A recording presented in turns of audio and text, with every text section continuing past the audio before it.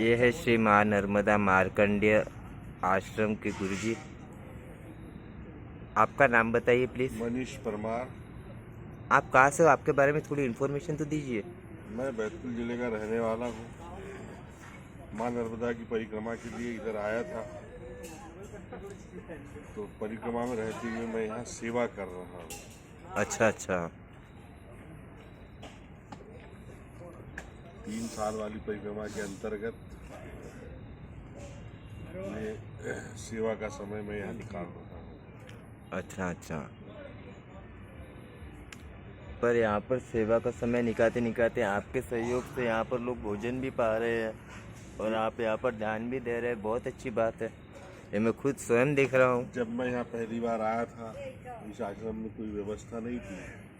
दादा अंगदपुरी नागा महाराज जी के नाम से यह आश्रम पहले से स्थापित था। अच्छा अच्छा। किंतु परंतु यहाँ एक विचित्रानंद नाम के एक विचित्र महात्मा है, अच्छा। जो काल सर्प योग स्थली उद्यान के नाम से लोगों को, आम जनता को लूटते हैं। अच्छा अच्छा। लोगों से कहते हैं कि काल सर्प योग यही निवारण होता है। हाँ हाँ। इसी संबंध में लोगों को यहाँ बरगला करके लूटते हैं और सेवा का कोई काम नहीं करते हैं। वर्ष में 3 कार्यक्रम करते हैं, जो शहर से सारा पैसा इकट्ठा करके अपना घर बनाते हैं। एक ओटला तोड़ते हैं, 5 लाख रुपया खर्च जमा करते हैं और 30,000 रुपये ओटले में लगाते हैं। ये उनका परम धर्म है। अपने आप को राष्ट्रीय कथा प्रवक्ता बताते हैं, स्वामी विचित्रानंद जी महाराज जिनका नाम है। पर ये तो गलत हो रहा है। हाँ, गलत तो हो रहा है, पर इसमें क्या कर सकते हैं। नहीं, पर किसी को तो आवाज़ उठाना चाहिए ही ना। मैं बैठा हूँ, आप मेरे सहयोगी बन जाओ। वाह जी, हम आपका वीडियो तो सब इधर फैलाना जरूर करेंगे।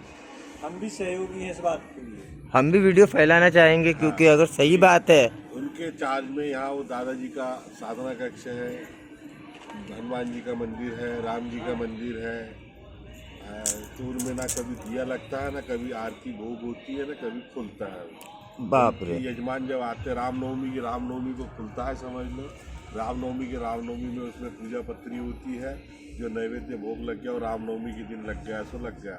बाकी दिनों में वहाँ भगवान राम की कोई पूजा अर्चना नहीं संपन्न की जाती, किंतु परंतु वो उस पर अपना कब्जा जमाए हुए हैं। आप उसकी व्यवस्था करवा दीजिए, हमें सौंप दो, हम भगवान जी की सेवा करेंगे। नहीं सुबह शाम आरती पूजा करेंगे, अरे आप दान ध्यान करवाएंगे। आप देख लीजिए, महीनों से उस मंदिर में दीपक नहीं जलता। मैं वही सोच के थोड़ा ये आप हूँ। देख लीजिए, आपके जस्ट पीछे वट वृक्ष है। हाँ, ये आदि अनाली काल से, लेकिन ना वहाँ कोई लाइट दिख रहा है, ना कुछ है, ना कुछ है, ना कुछ है। ये सारी उनकी विचित्रानंद जी की व्यवस्था है, और वो अपने आप को उसमें राष्ट्रीय अंतर्राष्ट्रीय कथा प्रवक्ता अपने आप को बताते हैं। और उनकी व्यवस्था इस टाइप की है, केवल लूटो और खाओ। नहीं। से कई बार मैंने देखा कि परिक्रमा वासियों को, साधु महात्माओं को भगाया जाता है विचित्रानंद जी द्वारा।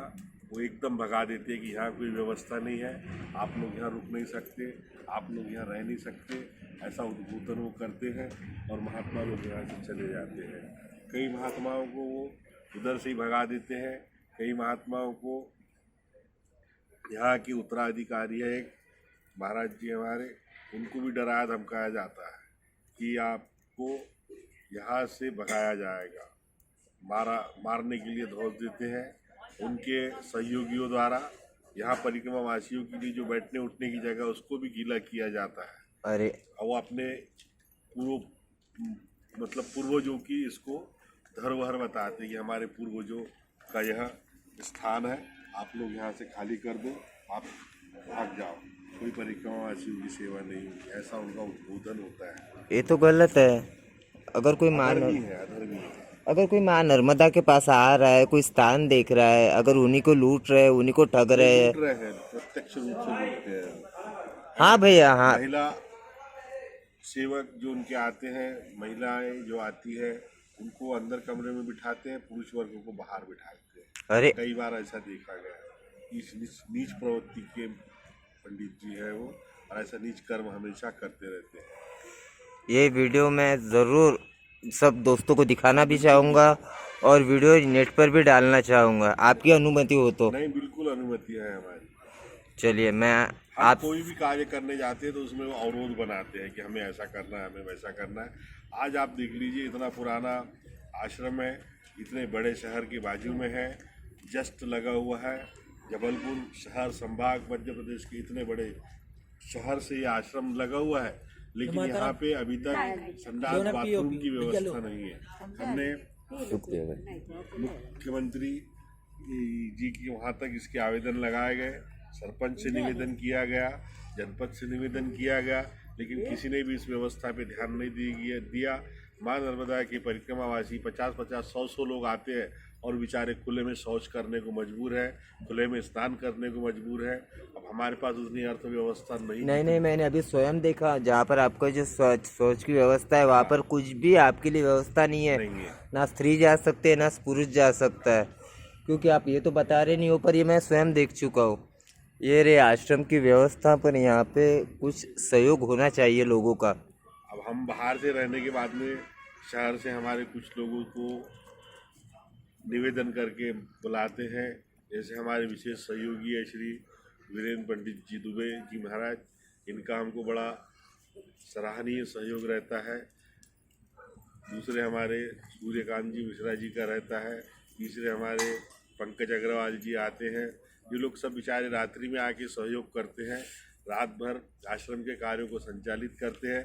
किंतु इसमें भी विचित्रानंद उसके पिता द्वारा लोगों को प्रताड़ित किया जाता है कि ये लोग यहाँ बैठ के रात्रिकालीन उधम मस्ती करते हैं या असामाजिक तत्वों के कार्य करते हैं। इस तरीके से उनको बदनाम किया जाता है। कई रिपोर्टें उनने कलेक्ट्रेट तक, मुख्यमंत्री तक ऐसी रिपोर्टें लगाई है। अच्छा। आप लोग स्वयं इसका निर्णय लीजिए, झूठा वो है या झूठा आश्रम है। अंगपुरी महाराज जी 1963 में लगभग आए थे, 73 में स्थापना हुई, तब से वो यहाँ पर। और ये इनके दादाजी यहाँ नर्मदा तट पे भ्रमण किया करते थे। ये दमोह के रहने वाले हैं, क्या नर्मदा तट पे वो भ्रमण करते थे। भ्रमण करते करते इस आश्रम में उन्होंने आश्रय पाया, एक सेवादार की स्थिति पाई, और अब इस आश्रम को आपके ऊपर वो धरोहर समझते हैं, मालिकाना हक जताने लगे। हाँ, मालिकाना हक, हर चीज़ पे वो अपना मालिकाना हक जताते हैं। पिछले दिनों यही आश्रम में किसी कामकाज से वापरते हुए एक बांस की सीढ़ी टूट गई थी, जो सीढ़ी मुझे धमका करके, जान से मारने की धमकी दे करके, हाँ, कि कल सवेरे तक अगर मुझे सीढ़ी नहीं दिखी तो, ये उनके शब्द थे। मैं परदेसी आदमी को उन्होंने धमकाया और मुझसे वो सीढ़ी नहीं खरीदवाई। इस तरह के उनके व्यवहार है विचित्रानंद महाराज जी के। अब कहने को तो बहुत कुछ है, पर अब आप इतने में समझ जाइए। नहीं, मैं बाकी का बाद में, पर हम भी बहुत